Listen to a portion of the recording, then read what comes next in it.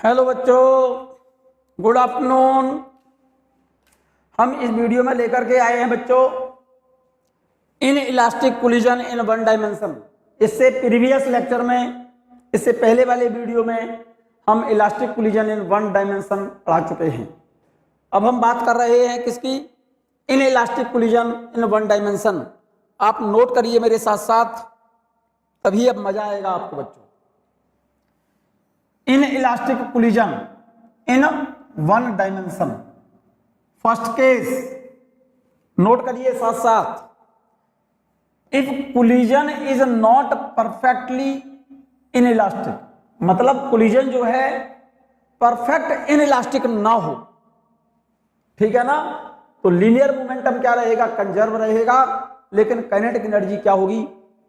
Conserve नहीं रहेगी। This is the first body, body A, इसका मास m1 और इनिशियल वेलोसिटी इसकी कितनी है? u1। इस सेकंड बॉडी, इसका मास m2 और इनिशियल वेलोसिटी कितनी है? v2। बिफोर कोलिजन की बात कर रहा है। That m1 and m2 masses of body A and B, u1 and u2 velocity of body A and B before collision, ठीक है। इफ दे आर कोलाइड, दोनों एक दूसरे से क्या कर जाए? टकरा जाए, then the sum of kinetic energy loses. Kinetic energy यहां पर कंजर्व नहीं रहेगी, कुछ काइनेटिक एनर्जी का क्या रहेगा? क्या होगा? लॉस होगा। Then the collision is inelastic, collision कैसी होगी? इनइलास्टिक होगी, तो काइनेटिक एनर्जी में क्या हो जाएगा? कुछ लॉस होगा बच्चों। Let v1 and v2 be the velocity after collision. Collision के बाद वेलोसिटी फर्स्ट बॉडी की v1 है और सेकंड बॉडी की v2 है। आफ्टर कोलिजन ये फर्स्ट बॉडी A, इसका मास m1 और इसकी वेलोसिटी आफ्टर कोलिजन v1 है। ये सेकंड बॉडी B, इसका मास m2 और आफ्टर कोलिजन इसकी वेलोसिटी कितनी है? v2। तो आपने नोट कर दिया है, यहां पर नोट कर लें आप। v1 and v2 with the velocities after collision. Collision के बाद फर्स्ट बॉडी की वेलोसिटी v1 है, सेकंड बॉडी की वेलोसिटी v2 है। Then according to law of conservation of linear momentum, linear momentum collision elastic हो या इनइलास्टिक हो, linear momentum क्या रहता है मेरे बच्चे? कंजर्व रहता है। So before collision linear momentum is equal to after collision linear momentum, m1 u1 plus m2 u2 is equal to m1 v1 plus m2 v2. This is the equation number first. इस equation में बच्चों आपको bodies के मास मालूम है, m1 और m2 value question में given होगी, इनिशियल वेलोसिटी u1 और u2 वैल्यू गिवन होगी, और इन दोनों वेलोसिटीज में से v1 और v2 में से कोई एक वेलोसिटी गिवन होगी, तो सेकंड बॉडी की वेलोसिटी हम फाइंड कर सकते हैं, ठीक है ना। But kinetic energy is not conserve, kinetic energy conserve नहीं रहेगी, लेकिन मोमेंटम क्या रहेगा? कंजर्व रहेगा।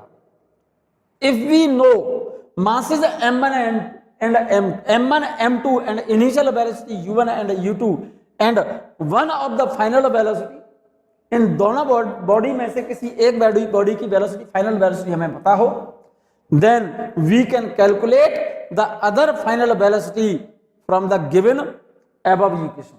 इस इक्वेशन से m1 और m2 हमको पता है, u1 और u2 मालूम है, v1 और v2 में से दोनों में से कोई एक फाइनल वेलोसिटी हमें पता हो, तो दूसरी बॉडी की फाइनल वेलोसिटी हम कैलकुलेट कर सकते हैं इस इक्वेशन से। ये बात तो ठीक है? Yes. Second case, if collision is perfectly inelastic, if collision is perfectly inelastic, inelastic का मतलब है आफ्टर कोलिजन दोनों बॉडी कंबाइंड होकर के चले, तब उस केस में कोलिजन कैसी होगी? Perfectly inelastic. सेकंड केस समझिए जरा, if collision is perfectly inelastic, that is after collision, collision के बाद दोनों बॉडी साथ साथ चले, after collision the two bodies stick together and moves with common velocity v, then the collision is perfectly inelastic. Perfectly inelastic collision तब होगी जब दोनों बॉडी कोलिजन के बाद कंबाइंड होकर के एक साथ कॉमन वेलोसिटी से चलें, और मान लो उनकी कॉमन वेलोसिटी कोलिजन के बाद v है। जैसे ये फर्स्ट बॉडी फर्स्ट बॉडी की इनिशियल वेलोसिटी u1 है, सेकंड बॉडी की इनिशियल वेलोसिटी u2 है। जब दोनों बॉडी टकराने के बाद दोनों कंबाइंड होकर के एक कॉमन वेलोसिटी से चले v वेलोसिटी से, तो दोनों का कोलिजन के बाद total mass m1 plus m2 और कॉमन वेलोसिटी v। यहां पर मैंने नोट कर दिया है m1 and m2 is the masses of body a and b and v is a common velocity. इन दोनों की कंबाइंड होकर के कॉमन वेलोसिटी v है, ठीक है ना। v is a common velocity after collision, then according to conservation of linear momentum, according to conservation of linear momentum लगाइएगा, इनिशियल मोमेंटम कितना होगा m1 u1 plus m2 u2 is equal to final momentum m1 plus m2 into v। ये value लिख दी है हमने, m1 u1 plus m2 u2 is equal to m1 plus m2 into v। Note कर लेना साथ साथ, ठीक है ना। This is the second equation. Conservation of linear momentum की बात कर रहा हूं, इनिशियल मोमेंटम और दोनों बॉडी कंबाइंड होकर के चलेंगी तो टोटल मास कितना होगा m1 प्लस m2 और कॉमन वेलोसिटी v, ठीक है ना। Therefore if the masses of bodies and their initial velocity we know, अगर हमको m1 और m2 मालूम हो और इनिशियल वेलोसिटी u1 और u2 मालूम हो तो हम कॉमन वेलोसिटी इस इक्वेशन सेकंड से हम v की वैल्यू फाइंड कर सकते हैं। m1 प्लस m2 को नीचे ले आओ, इन दोनों के नीचे, तो कॉमन वेलोसिटी निकल आएगी। Therefore if masses m1 and m2, m1 और m2 मालूम हो, इनिशियल वेलोसिटी u1 और u2 पता हो, तो कॉमन वेलोसिटी हम निकाल सकते हैं। इसीलिए लाइन लिखी है if the masses of the bodies and their initial velocities be known, m1 मालूम हो, m2 मालूम है, u1 मालूम है, u2 मालूम है, then final common velocity can be calculated from above equation. इस इक्वेशन से हम कॉमन वेलोसिटी फाइंड कर सकते हैं, ठीक है ना। Kinetic energy of the system before collision, collision से पहले काइनेटिक एनर्जी सिस्टम की क्या होगी, पहली बॉडी की kinetic energy plus second body की काइनेटिक एनर्जी। इसको नंबर डाल दिया आपने थर्ड, जरा दिमाग को यूज करना बच्चों। And the kinetic energy of the system after collision, collide करने के बाद दोनों बॉडी क्या हो गई, कंबाइंड होकर के मूव करेंगी, तो फाइनल काइनेटिक एनर्जी हो जाएगी K2 equal to half m1 plus m2 into v square. This is the fourth equation. Clear है। इक्वेशन थर्ड और फोर्थ जरा गौर से देखो, equation fourth divided by equation third, then K2 by K1 is equal to K2 upon K1, इसको divide कर रहा हूं मैं इससे, तो हाफ से तो कॉमन लेकर के कैंसिल हो जाएगा, तो ये वैल्यू आएगी m1 plus m2 v square ऊपर आएगा, और ये नीचे वैल्यू आएगी m1 u1 square plus m2 u2 square. This is the equation number 5। Note कर लिया।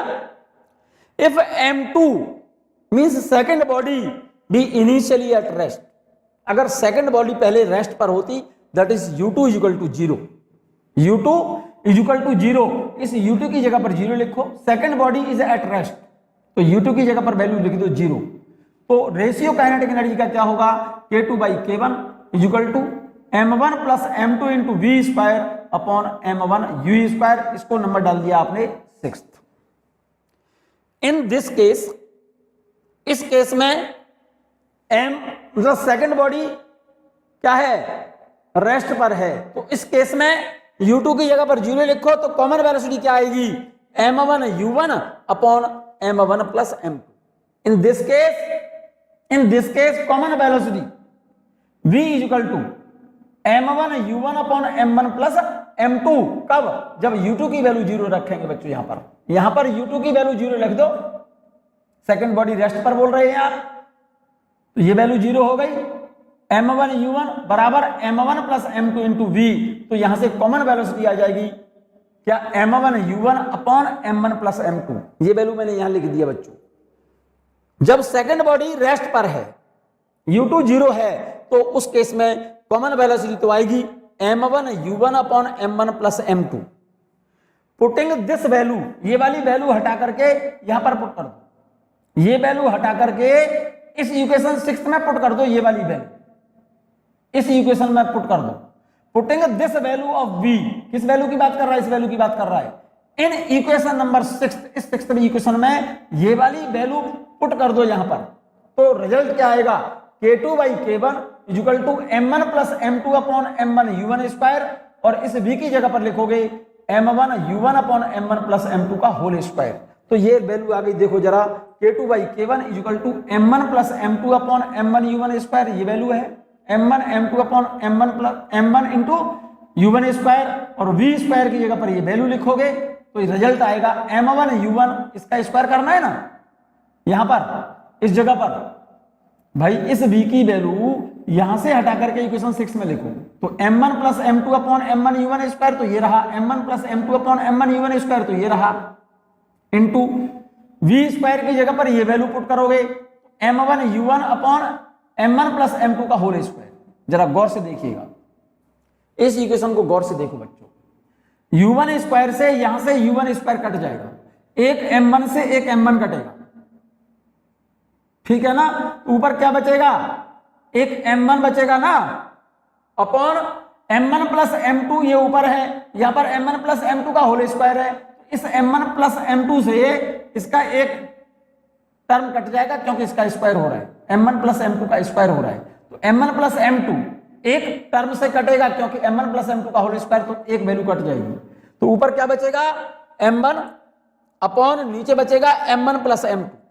क्लियर है ये बात, यहां तक क्लियर है।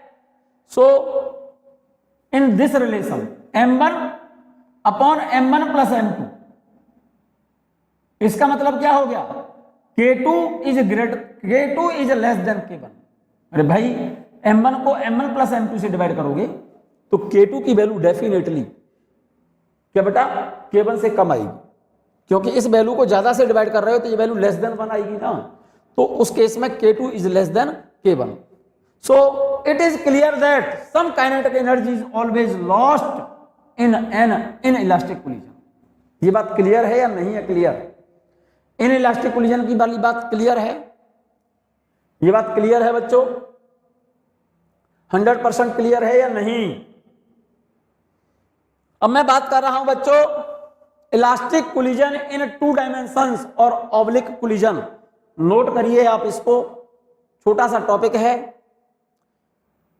ठीक है, इसको नोट कर लीजिए और 1-2 बार नोट करेंगे, लिखेंगे आप इसे और रिवाइज करेंगे तभी समझ आएगा। इलास्टिक कोलिजन इन 2 डायमेंशंस और ऑब्लिक कोलिजन, ऑब्लिक कोलिजन की बात कर रहा हूं। Let 2 bodies be moving as shown in figure. एक बॉडी ये है, मैं इस फिगर को इधर बना रहा हूं बच्चों, जैसे एक बॉडी A, इसका मास m1 और इसकी वेलोसिटी u1 है, कौन सी डायरेक्शन में, x डायरेक्शन में, और एक बॉडी B, ध्यान देना मेरी बात पर, और ये बॉडी इनिशियली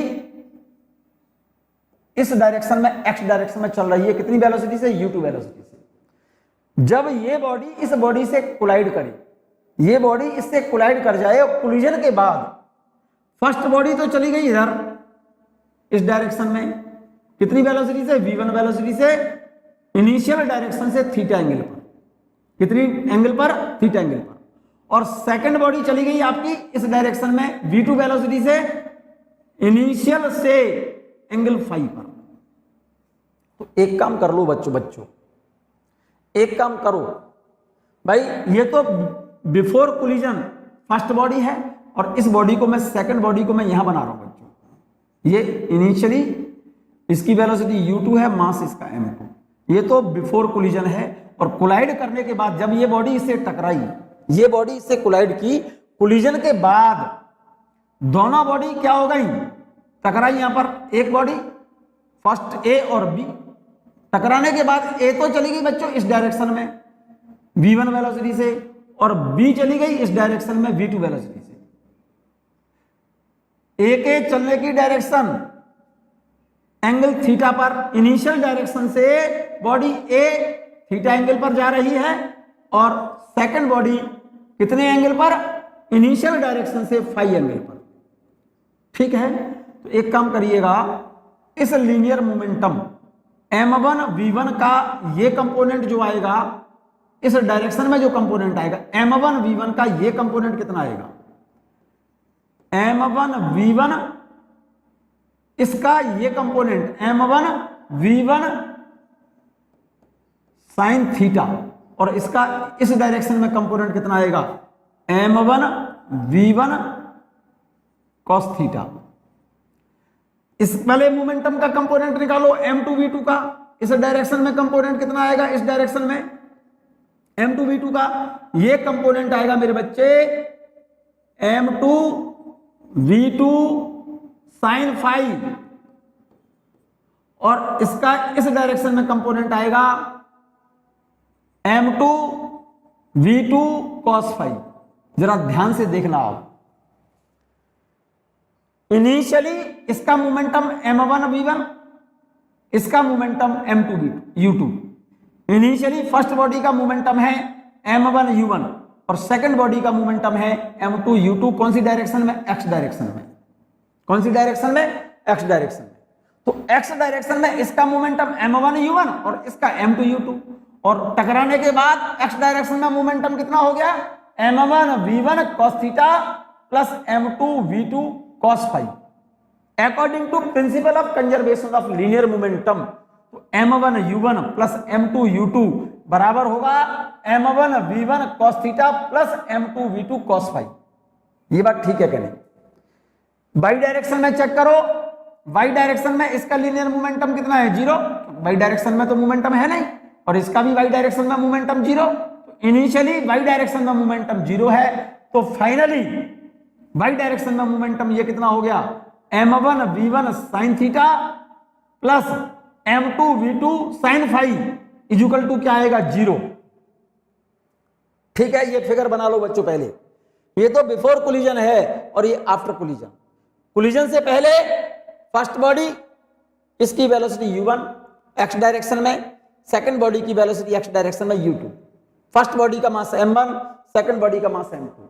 कोलाइड करने के बाद फर्स्ट बॉडी गई v1 वेलोसिटी से कितने एंगल पर, थीटा एंगल पर इनिशियल डायरेक्शन से। सेकंड बॉडी जा रही है v2 वेलोसिटी से कितने एंगल पर, फाई एंगल पर। तो इस मोमेंटम का y डायरेक्शन में component m1 v1 sine theta, और इस वाले मोमेंटम का y डायरेक्शन में component m2 v2 sine phi, क्योंकि ये एंगल फाई है बच्चों। और इस वाले मोमेंटम का x डायरेक्शन में component m1 v1 cos theta, और इस वाले लीनियर मोमेंटम का x डायरेक्शन में component m2 v2 cos phi. Principle लगाओ कंजर्वेशन ऑफ लीनियर मोमेंटम। पहले ये फिगर बना लो आप, 1 मिनट में आपको दे रहा हूं आसानी से, क्योंकि यहां से आगे की इक्वेशन आपको तभी समझ आएंगी जब ये फिगर आप बना लें। ये फिगर बना लो आप, जल्दी से बनाइए, फिर मैं आगे की बात बोलता हूं बच्चों। बिफोर कोलिजन फर्स्ट बॉडी और सेकंड बॉडी कोलाइड करने के बाद फर्स्ट बॉडी तो गई थीटा एंगल पर v1 वेलोसिटी से, सेकंड बॉडी जा रही है फाई एंगल पर कितनी वेलोसिटी से, v2 वेलोसिटी से। तो फर्स्ट बॉडी के लीनियर मोमेंटम m1 v1 का y डायरेक्शन में component m1 v1 sin theta, और x डायरेक्शन में component m1 v1 cos theta. Second body का y डायरेक्शन में कंपोनेंट लीनियर मोमेंटम का m2 v2 sin फाई, और x direction में component m2 v2 cos phi. बस ये फिगर बना लीजिए। ये तो बिफोर कोलिजन है और ये आफ्टर कोलिजन है। बनाओ आप, बना लिया, बना लिया बच्चों, वेरी गुड। चले आगे, ये कंपोनेंट तो नहीं भूलेंगे आप। फर्स्ट बॉडी का लीनियर मोमेंटम y डायरेक्शन में m1 v1 sin theta, second body का y डायरेक्शन में linear momentum m2 v2 sin phi. x direction में आफ्टर कोलिजन, x डायरेक्शन में फर्स्ट बॉडी का linear momentum m1 v1 cos theta, second body का x direction में linear momentum m2 v2 cos phi. Clear? मैं हटा रहा हूं बच्चों से। According to law of conservation of linear momentum along x direction, x direction में लीनियर मोमेंटम पहले कितना था, m1 u1 plus m2 u2 equal to x direction में फर्स्ट बॉडी का linear momentum m1 v1 cos theta plus m2 v2 cos phi. आप कहो तो इस इक्वेशन को, इस फिगर को फिर से बना दूं मैं यहां पर, देखिएगा। ये फर्स्ट बॉडी है, इसका मास m1, इसकी वेलोसिटी u1 x डायरेक्शन में। ये second body, mass m2 x direction में, इनिशियल वेलोसिटी u2। तो initial momentum along x direction, collide करने के बाद जब ये दोनों बॉडी कोलाइड करेंगी तो फर्स्ट बॉडी, दोनों बॉडी टकराई, टकराने के बाद A और B टकराई, टकराने के बाद फर्स्ट बॉडी गई इस डायरेक्शन में, ये तो A, इसका मास m1, ये वेलोसिटी v1, ये बॉडी B, इसका मास m2, velocity v2। First body जा रही है x डायरेक्शन से कितने एंगल पर, थीटा एंगल पर दिया है आपने, और सेकंड बॉडी जा रही है इनिशियल डायरेक्शन से फाई एंगल पर। इस वेलोसिटी का x डायरेक्शन में कंपोनेंट, इधर की तरफ कंपोनेंट कितना आएगा, m1 v1 cos थीटा, और इस लीनियर मोमेंटम का x डायरेक्शन में कंपोनेंट आएगा m2 v2 cos फाई। तो अकॉर्डिंग टू आपने लिखा है according to law of conservation of linear momentum, तो कोलाइड करने से पहले x डायरेक्शन में लीनियर मोमेंटम कितना है, m1 u1 plus m2 u2, m1 u1 plus m2 u2, collide करने से पहले, बिफोर कोलिजन। कोलिजन के बाद x डायरेक्शन में लीनियर मोमेंटम कितना है, m1 v1 cos theta plus m2 v2 cos phi, ये रहा। ये बात क्लियर है। एलोंग y डायरेक्शन देखो, इसका y डायरेक्शन में लीनियर मोमेंटम इस डायरेक्शन में तो है नहीं बच्चों कोई, y डायरेक्शन में इसका लीनियर मोमेंटम कितना है, इसका y डायरेक्शन में लीनियर मोमेंटम 0, इसका भी 0। तो कोलाइड करने से पहले y डायरेक्शन में लीनियर मोमेंटम कितना है, आपने लिखा है along y direction. Initially linear momentum y direction में कितना है, 0 है। इन दोनों बॉडीज का x डायरेक्शन में मोमेंटम है, y डायरेक्शन में इनिशियली नहीं है। तो y डायरेक्शन में इनिशियल मोमेंटम कितना है, 0। फाइनल मोमेंटम y डायरेक्शन में देखो, इस लीनियर मोमेंटम का y डायरेक्शन में कंपोनेंट कितना हो गया, ये m1 v1 sin थीटा, और इस बॉडी का y डायरेक्शन में लीनियर मोमेंटम कितना हो गया, m2 v2 sin फाई, ये एंगल है। तो ये आ गया इनिशियल मोमेंटम y डायरेक्शन में कितना है, 0 इक्वल टू y डायरेक्शन में इसका linear momentum m1 v1 sin theta, m1 v1 sin theta. अब क्योंकि ये वाला मोमेंटम इसके जस्ट अपोजिट है, ये वाला मोमेंटम इसके जस्ट क्या है, अपोजिट है, अपोजिट है, तो इसको क्या लिखेंगे, minus m2 v2 sin phi. यहां तक क्लियर है या नहीं है क्लियर, पहले ये बताओ मुझे, यहां तक बात क्लियर है। फर्स्ट इक्वेशन समझ आ गई, m1 u1 plus m2 u2 बराबर m1 v1 cos theta plus m2 v2 cos phi. और सेकंड इक्वेशन y डायरेक्शन में लीनियर मोमेंटम इनिशियली तो 0 है, पहली बॉडी का y डायरेक्शन में linear momentum m1 v1 sin theta, minus क्यों लगा दिया, क्योंकि सेकंड बॉडी का लीनियर मोमेंटम फर्स्ट बॉडी के अपोजिट है, तो minus m2 v2 sin phi. Figure से समझ आ गया होगा। इस इक्वेशन को डाल दो, m1 v1 sin theta minus m2 v2 sin phi equal to 0, इसको डाल दो second. This is the first equation, this is the second equation. By law of conservation of kinetic energy, oblique collision, elastic collision की बात कर रहा हूं। By law of conservation of kinetic energy, kinetic energy conservation, kinetic energy में तो direction नहीं होती बच्चों, तो initial kinetic energy first body की half m1 u1 square plus half m2 u2 square equal to half m1 v1 square plus half m2 v2 square. Clear, half common लेकर के यहां से कैंसिल हो गया, तो ये रिजल्ट आया आपका m1 u1 square plus m2 u2 square equal to m1 v1 square plus m2 v2 square. First, second और थर्ड तीनों इक्वेशन आपको समझ आ गई होंगी। क्लियर है। मैं बात कर रहा हूं स्पेशल केस, इफ m1 बराबर m2 बराबर m and target body is at rest, m1 बराबर m2 और मतलब दोनों बॉडीज का मास सेम हो, और सेकंड बॉडी इनिशियली क्या है बेटे, रेस्ट पर है। Then from equation first, second and third, m1 बराबर m2 बराबर m लिखो और u2 की जगह पर 0 लिखो। तो फर्स्ट इक्वेशन कहां ये रही, m1 की जगह पर m, m2 की जगह पर m, m1 की जगह पर m, m2 की जगह पर m, और u2 क्या लिखेंगे 0, तो ये तो कैंसिल हो गया। ये m इंटू u1, यहां पर m आएगा तो m कॉमन लेकर के कैंसिल हो जाएगा, m into v1 cos theta plus m into v2 cos phi, m यहां से कॉमन लेके कैंसिल कर देना, ये वैल्यू हो जाएगी 0।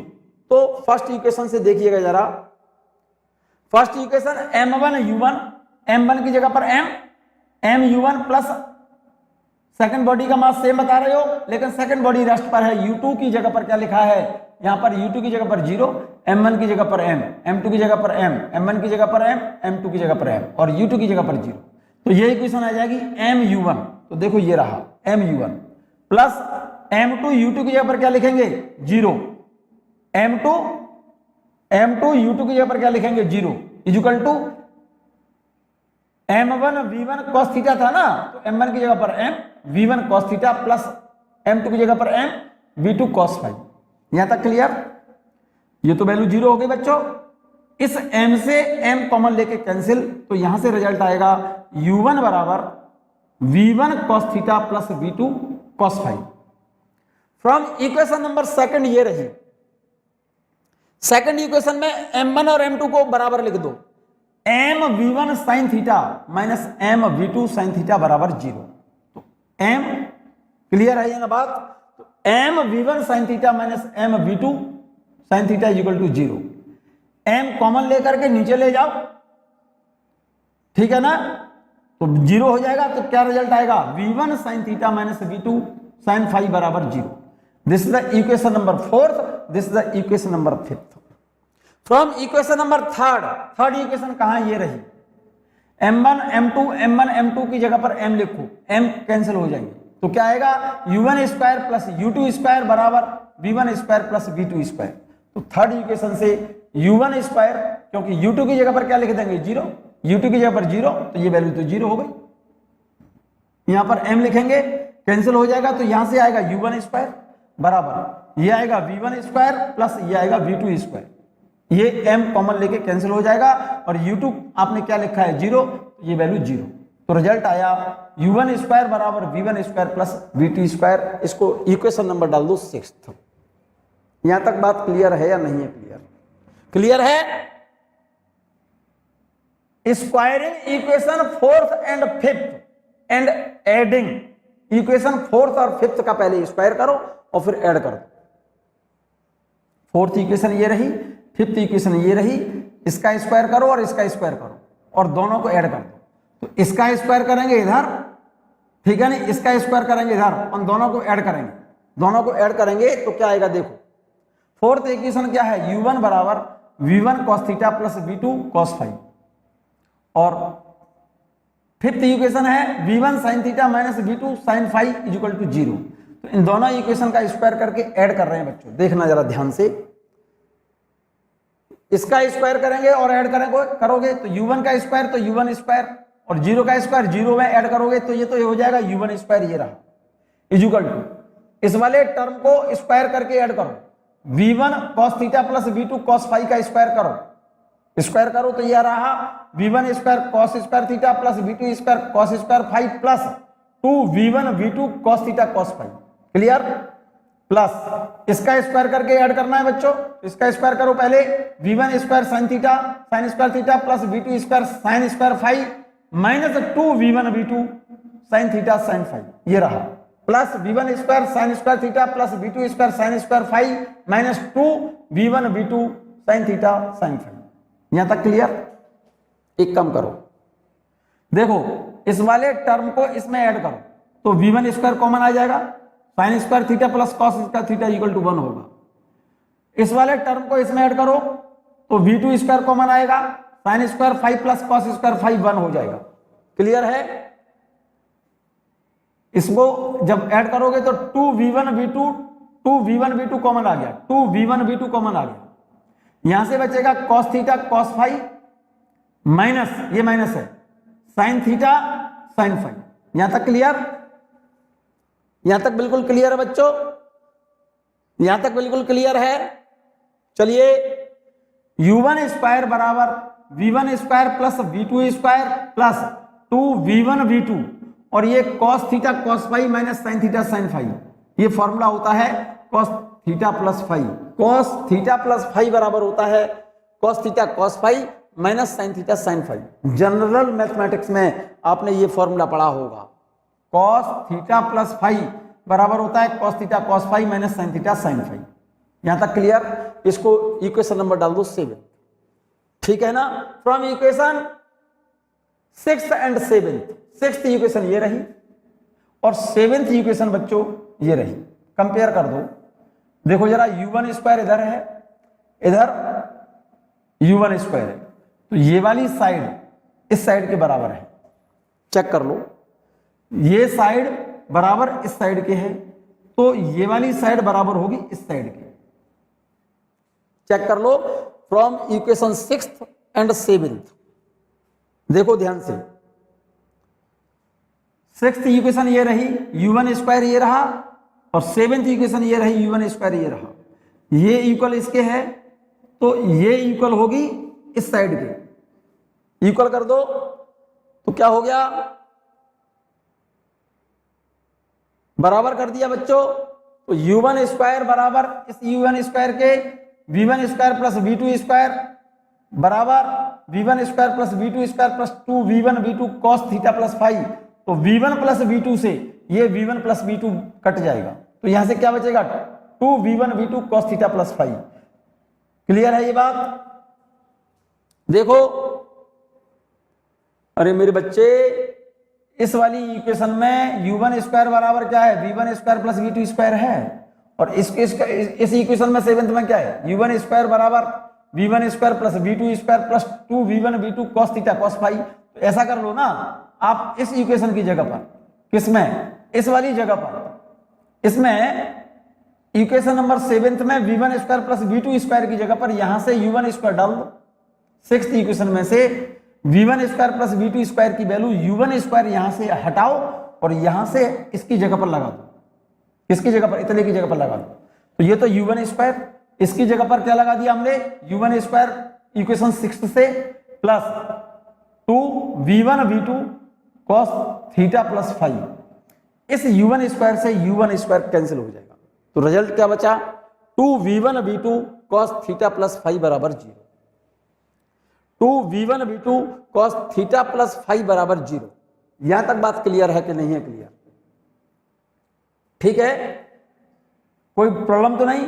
तो 2v1 v2 को इसके नीचे ले जाओ बच्चों, 0 के नीचे, तो उस केस में cos थीटा प्लस फाइव बराबर भी 0 आएगा। और cos में 0 वैल्यू किसकी होती है? cos 90 की। इसका मतलब थीटा प्लस फाइव बराबर 90, 90 का मतलब π/2 radian. That is after perfectly elastic oblique collision of two bodies of equal masses, if the second body is at rest, the scattering angle theta plus phi would be 90 degree। दोनों body अगर same mass की है, ठीक है, और second body अगर rest पर है, तो आफ्टर कोलिजन दोनों स्केटरिंग के बाद एक दूसरे के क्या हो जाएंगी? परपेंडिकुलर हो जाएंगी। दोनों के बीच का एंगल, टोटल एंगल कितना होगा? 90 डिग्री होगा बच्चों। ये बहुत इंपॉर्टेंट क्वेश्चन है और ये क्वेश्चन कभी कभी एग्जाम में आ जाता है। एक छोटा सा एग्जाम्पल देखें। A ball moving with a speed of 9 metre per second strikes an identical ball at rest. First body, identical ball कह रहा है, दोनों का मास सेम है। फर्स्ट बॉडी की वेलोसिटी u1 दी है कितनी? 9 मीटर पर सेकेंड, और सेकंड बॉडी कैसे पर है? रेस्ट पर है। Such that after the collision the direction of each ball makes an angle of 30 degree. दोनों बॉल के बीच का एंगल कितना बता रहा है वो? ईच बॉल, ये कह रहा है ना, the direction of each ball makes an angle of 30 degree with the original line of motion. Find the speed of the two bodies after collision. तो v1 और v2 की वैल्यू पूछिए बच्चों। देखो m1 u1 पहली वेलोसिटी 9 दे रखी है आपने, और m1 बराबर m2 कोलाइड करने के बाद फर्स्ट बॉडी v1 वेलोसिटी से, सेकंड बॉडी v2 वेलोसिटी से। थीटा दिया है 30 और फाइव दिया है 30। सेकंड बॉडी इनिशियली रेस्ट पर थी, u2 कितना दिया है? 0। ठीक है ना?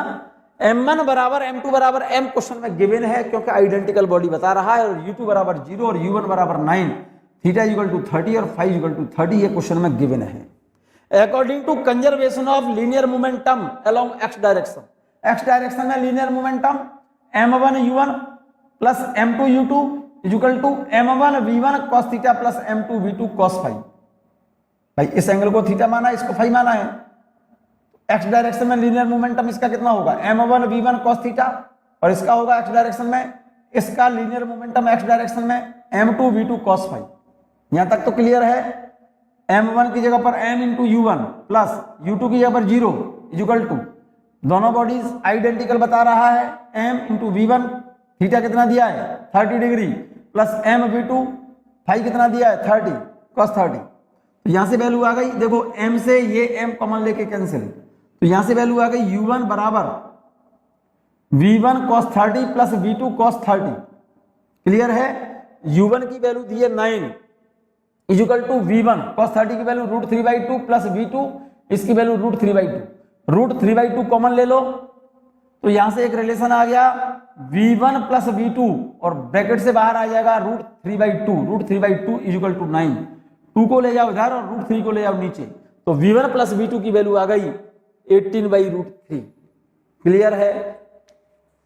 इन Y direction, along Y direction linear momentum initially कितना है 0।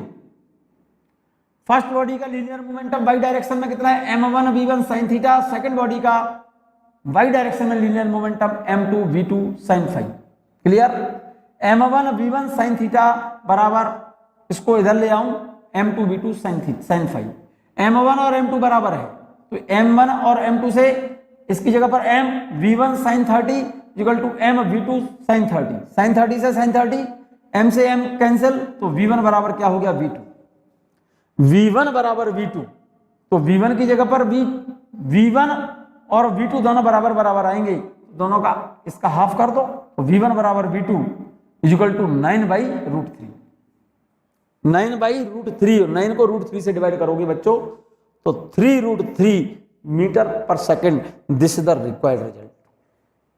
मैंने बात की है इस वीडियो में बच्चों ऑब्लिक कोलिजन, ठीक है ना, ऑब्लिक इलास्टिक कोलिजन की बात की है। आप इस टॉपिक को, इस वाले टॉपिक को ऑब्लिक इलास्टिक कोलिजन की बात की है बच्चों। इस टॉपिक को आप एक बार लिख लें, इलास्टिक कोलिजन इन 1 डायमेंशन, इन 2 डायमेंशन और ऑब्लिक कोलिजन। 2 डायमेंशन में कोलिजन की बात की है आपने एक्स डायरेक्शन और वाई डायरेक्शन की, ऑब्लिक कोलिजन की बात की है। आप इनके फिगर बनाएं और इस टॉपिक को नोट कर लें और एक बार ठीक से इसको लिख लें और फिर उसको रिवाइज करें, और रिवाइज जब करें लिखने के बाद वीडियो को फिर एक बार देखें, सामने लिखा हुआ आप जब नोट करेंगे ना आप कॉपी पर, तो कॉपी सामने रखो और वीडियो को फिर दूसरी बार देखो, तभी ये टॉपिक समझ आएगा, अदरवाइज टॉपिक समझ नहीं आएगा। ठीक है। नेक्स्ट वीडियो में बच्चों इस चैप्टर के क्वेश्चन डिस्कशन लाएंगे हम, ठीक है ना, और फिर चैप्टर स्टार्ट करेंगे कौन सा, यूनिवर्सल ग्रेविटेशन। तब तक के लिए इस वीडियो को देखें बच्चों आप।